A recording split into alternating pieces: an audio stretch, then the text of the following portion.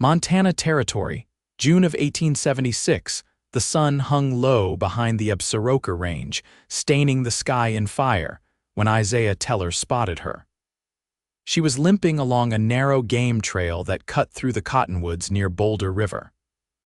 She looked like she had walked too far for too long, one boot half torn, dress streaked with dust and blood, her braid unraveling across her back. He reined in his horse, blinking once, then twice, but she was real. She glanced back at the sound of hooves, stumbled, and caught herself on a sapling. "Ma'am," he called gently, dismounting, "you are hurt."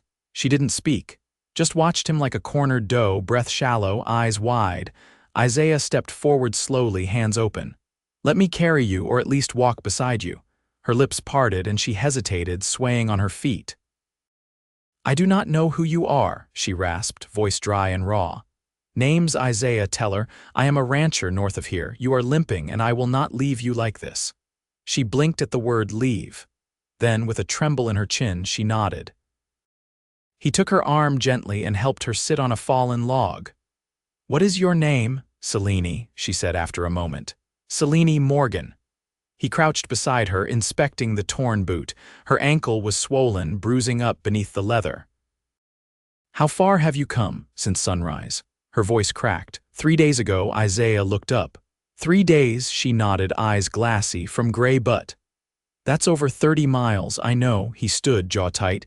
"You need water and rest. I have both. Come on." He offered his hand. Selene stared at it, then at his face. He wasn't clean-shaven and the sun had drawn lines around his eyes, but there was no threat in his eyes, just concern. She took his hand. He lifted her carefully onto his horse, then climbed up behind her, steadying her with one arm. "You lean back if you need to. I will keep you safe." She didn't answer, but after a few minutes of riding, her head tipped lightly against his chest. By the time they reached his cabin, dusk had settled thick between the trees.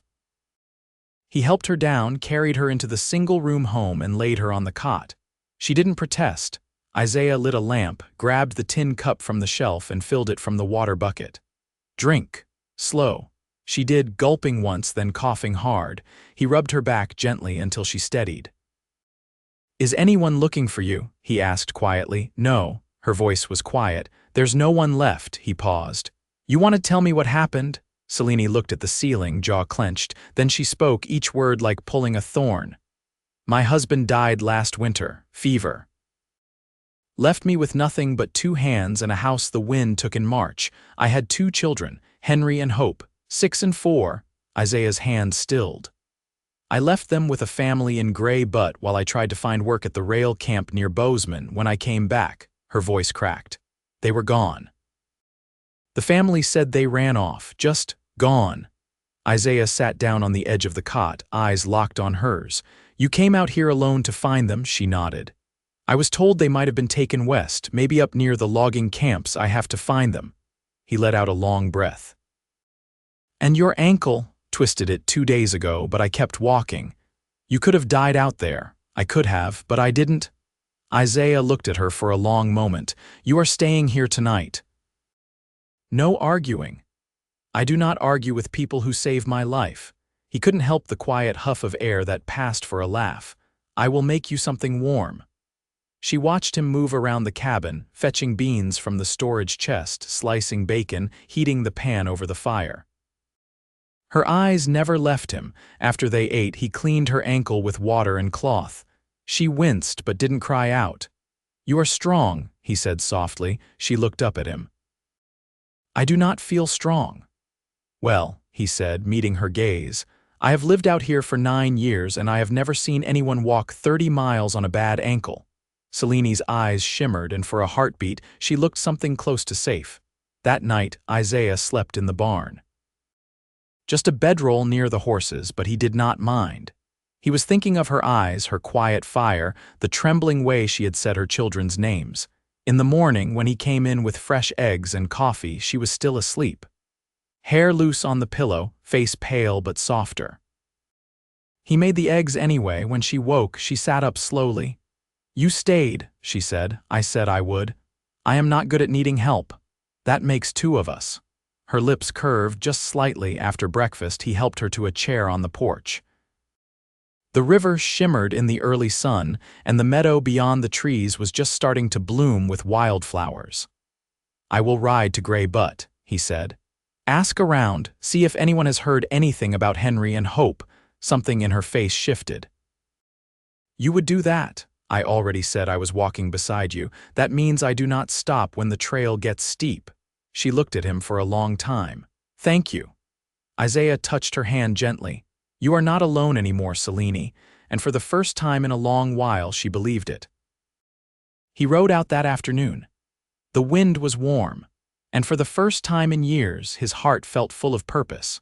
The ride to Grey Butte took Isaiah through wind-scoured hills and swaying pines, the trail narrowing in places where the earth had slipped under snowmelt.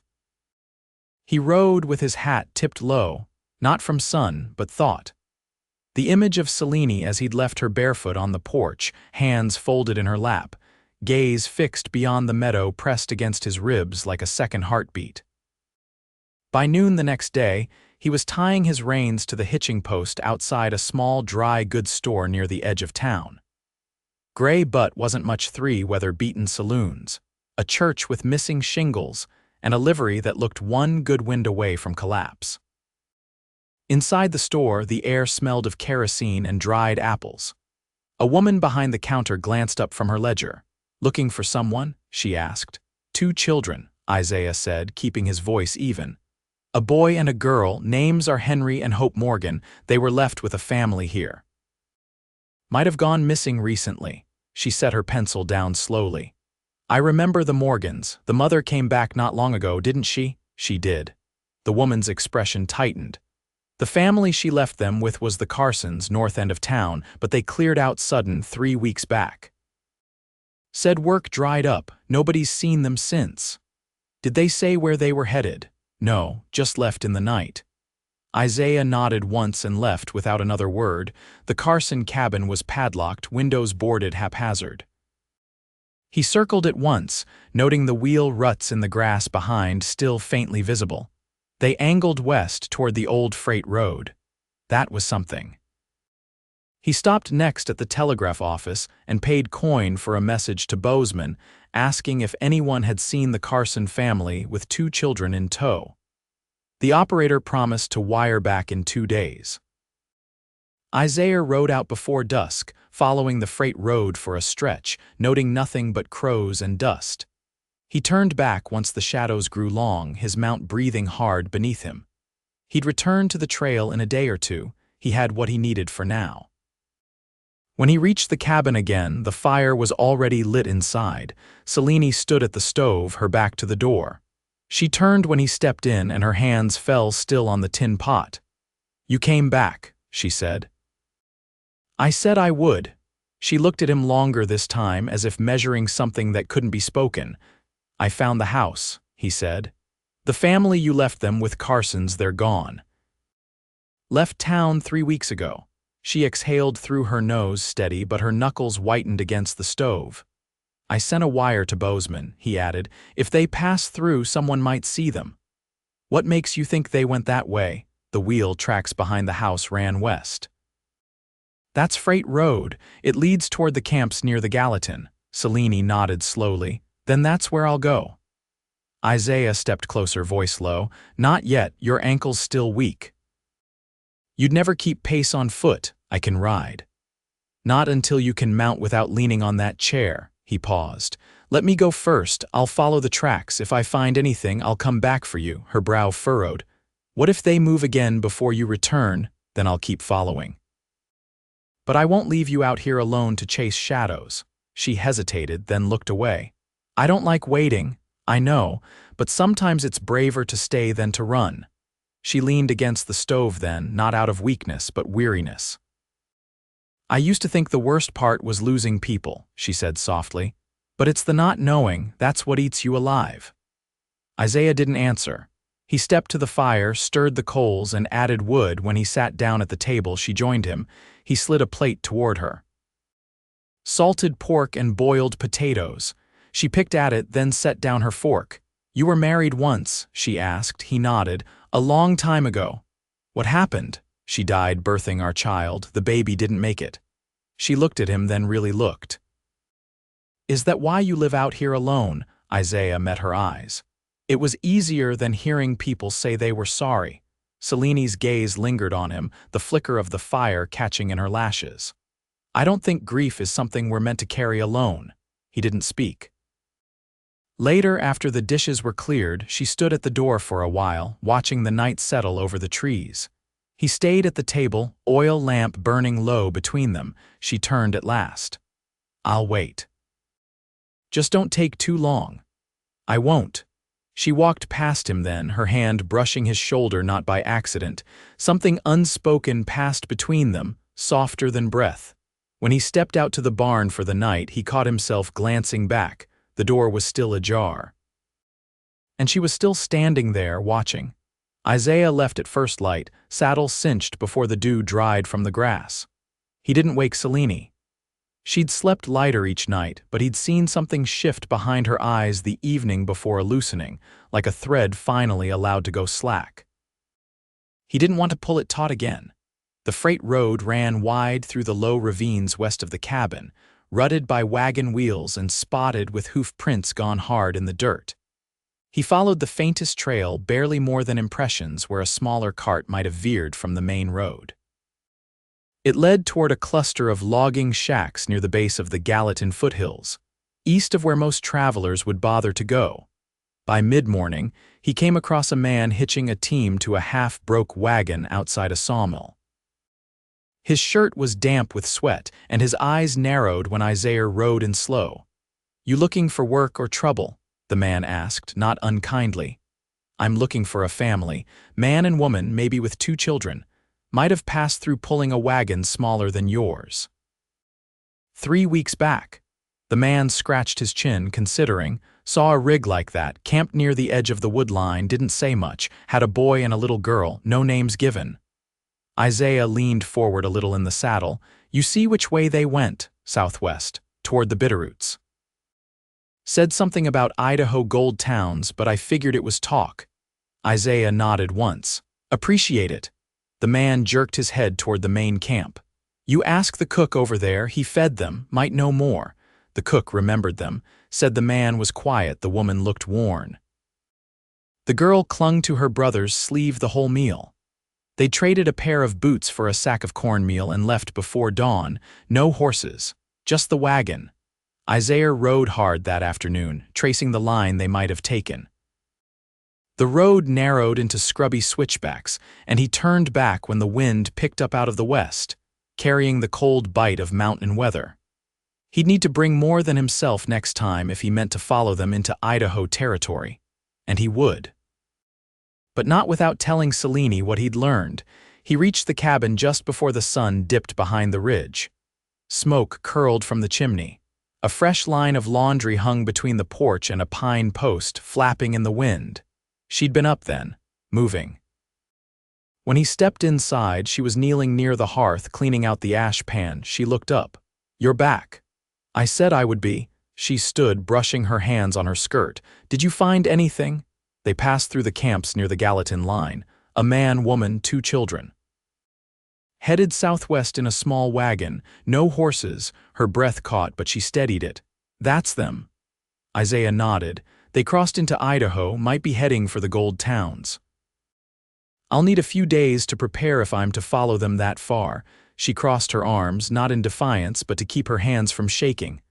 I'm coming. No, he said quietly, not yet. The trail's rough. You need a horse you can ride without pain and time to regain strength. She stepped closer, her voice low. If something happens and I'm not there, nothing will happen. I'll find them. I'll bring them back or send word where to meet. Her eyes searched his face, and something softened there, not trust, not quite, but something close enough to hold. I cleaned the barn, she said, quieter still. Took me most of the day. His brow lifted slightly. You didn't have to. I wanted to. She looked away. It helped, doing something with my hands. Isaiah nodded. Tomorrow I'll show you how to handle the roan mare. She's steady. If you're to ride, you'll need to know her well. Selene looked back at him then, her eyes steady. You never ask me to sit still. You've been moving your whole life. I don't intend to be the one to stop you." She blinked, and for a moment her mouth parted like she meant to speak, but she didn't. She just nodded once. He set his rifle by the door and unbuckled his belt. She walked past him, brushing his arm as she reached for the kettle. Their eyes met, and this time neither looked away. "I made stew," she said. He sat, and the quiet between them was no longer made of distance, but of something gathering slowly, waiting its time. Outside, the wind shifted east. The scent of pine and river grass drifted in through the open window. They ate without hurry. And when she reached across the table to pour more coffee into his cup, her hand lingered against his. He didn't move, didn't speak, and neither did she. A storm rolled in from the west before dawn 2 days later. Low thunder grumbled across the ridgelines, and rain came steady, soaking the earth down to its bones. Selene stood on the porch, shawl gathered at her throat, watching the gray curtains sweep through the pines. Isaiah stood behind her, arms crossed loosely as he leaned against the doorway, his shirt damp from the barn. "You ever been through the Bitterroots?" she asked without turning. "Not since before the war," he said. "Packed mules through for a trader out of Lewiston. The passes choke up early if the snows come sudden." She glanced over her shoulder. "You still planning to go?" "I am." She looked back toward the trees. "I never saw mountains like that before. In Arkansas, they're older, worn down. These feel like they're still growing." "They are," Isaiah said, "in their way." She stepped back inside, brushing water from her sleeves. "I started packing the flour and lard, measured out enough for 2 weeks. I didn't touch the salt pork. Figured you'd want to check the smokehouse. I'll look it over." Selene wiped her hands on her skirt. "I want to come with you," he shook his head. "I'm not taking you into those passes unless I have to. You might." Isaiah met her eyes. "If I do, then we'll go together. But if I can spare you that cold, I will." She leaned against the table, steadying herself on one foot. "You think I can't do it? I think you've done enough without ever needing to prove it." Her jaw softened. "I never aimed to prove anything." "I know." He crossed the room and pulled a folded cloth from his coat. "Got this from the sawmill cook. Said the little girl left it behind. Said she was quiet but watched everything." Selene reached for it, fingers trembling slightly. It was a child's kerchief, frayed at the corners, stitched with uneven thread. Her breath caught, but she didn't let go. "That's hers," she said. "Hope stitched that herself. I taught her." Isaiah nodded. "She's close, Selene." "They're both close." She wrapped the cloth in her palm, holding it near her chest. "They're with strangers. They're with people who needed help too. That's what I saw in the tracks. Someone's trying to keep them fed, moving. They're not lost." Selene blinked, pushing the tears back before they fell. "I don't know how to believe that." "You don't have to," Isaiah said. "You just have to wait long enough for me to prove it." She looked at him then, not with hope exactly, but with something steadier. "How long will you be gone?" "As long as it takes." She nodded once, slow. "I'll keep the fire going." That night, Isaiah packed oats and jerky into the saddlebag and wrapped oilcloth around his bedroll. Selene mended his coat collar without asking, stitching it by lamplight while he sharpened his knife. They didn't speak much. The silence had settled easy between them now, like something earned. Before turning in, she poured the last of the coffee and set his cup near the stove. He took it, fingers brushing hers. "I'll come back," he said. "I know." She stood still as he stepped toward the door, the lamplight catching the curve of her cheek. "Isaiah," he turned, "after you bring them back." "What then?" He held her gaze. "Then we make room for 4 at the table."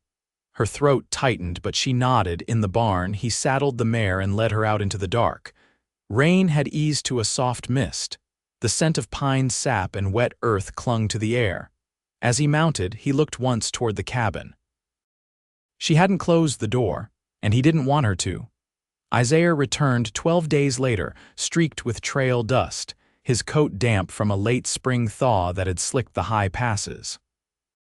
The sun was settling low behind the trees when he rode in, and the cabin came into view through the shimmering haze of smoke curling from the chimney. The same porch beam leaned slightly to the right, The same wash basin rested near the door, but the woman who stepped out to meet him looked different. Selene stood taller, even barefoot on the packed earth. Her hair was braided tight, her hands clean, fingers still damp from kneading. She didn't run to him, didn't cry, but her eyes locked to his like they'd never left him. He dismounted slowly, unslinging a worn blanket from behind the saddle. The corner of a small kerchief peeked from the folds. She stared at it. "You found them." Isaiah nodded. "They're safe." Her breath hitched once, then steadied. "Where?" With a family near Bannack, the Carsons left them behind when their wagon broke down crossing the Lemhi. A couple out of Dillon took them in. Hard people, but kind.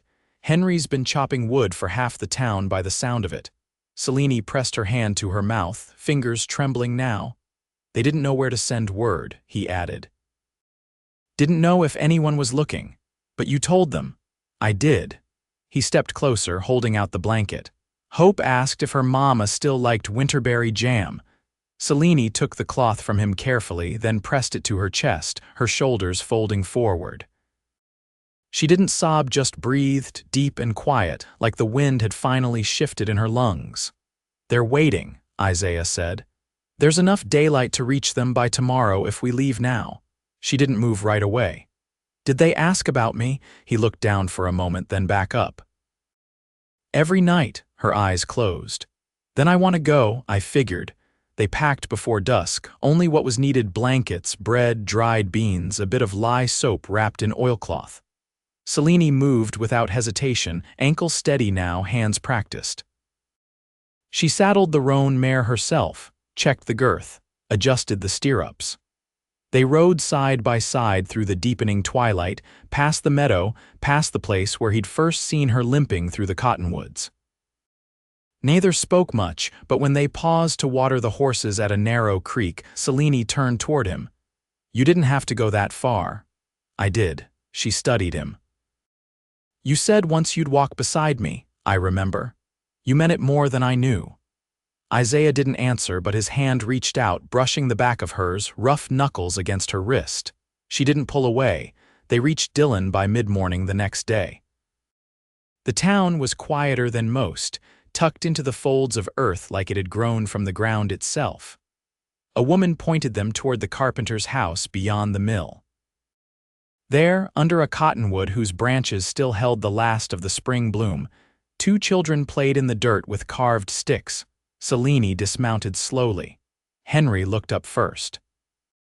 He was taller than she remembered, lean in a way that said he hadn't gone hungry, but hadn't had more than he needed either. Hope stood behind him, fingers curled tight around her brother's shirt. They didn't run. They stared. Selene stepped forward, one hand out, her mouth open but no sound coming. It was Hope who moved first, legs pumping, braid flying. She collided with Selene's waist, arms wrapping tight, face buried against her. Henry followed slower, but when Selene reached for him, he didn't resist. Isaiah sat his horse a little ways off, watching them. Later, when the children were inside with the carpenter's wife, Selene returned to him. Her cheeks were still damp, but her hands were steady. "I want to go home," she said. He looked toward the road. "I'll take you." She shook her head. "I mean, I want to stay with you," his breath caught. "You sure?" "I've been sure since I watched you ride away with nothing but a promise to bring them back. I just didn't know what to do with it yet." He dismounted and stepped to her, brushing a bit of bark from her shoulder. "You don't have to do anything with it, you just stay." She reached up, fingers resting against the side of his face. "You already gave me my family back, but I want something else too." "What's that?" "You." He leaned in then, slow, like the moment might break if rushed. Their lips met with the wind in the trees, and the sound of children laughing just out of sight. They returned to the cabin 3 days later, with Henry riding behind Isaiah and Hope, curled up in Selene's arms. The house was smaller than Henry remembered, but Hope said it smelled like bread and pine smoke and home. Isaiah built a second cot before the week was out, then a wider table. Selene planted onions along the edge of the porch, and Hope pressed wildflower seeds into the earth beside them. Henry fed the animals without being asked. At night, Selene and Isaiah shared a bed warmed by more than fire. She would sometimes wake with her hand over his heart, and he'd hold her until morning.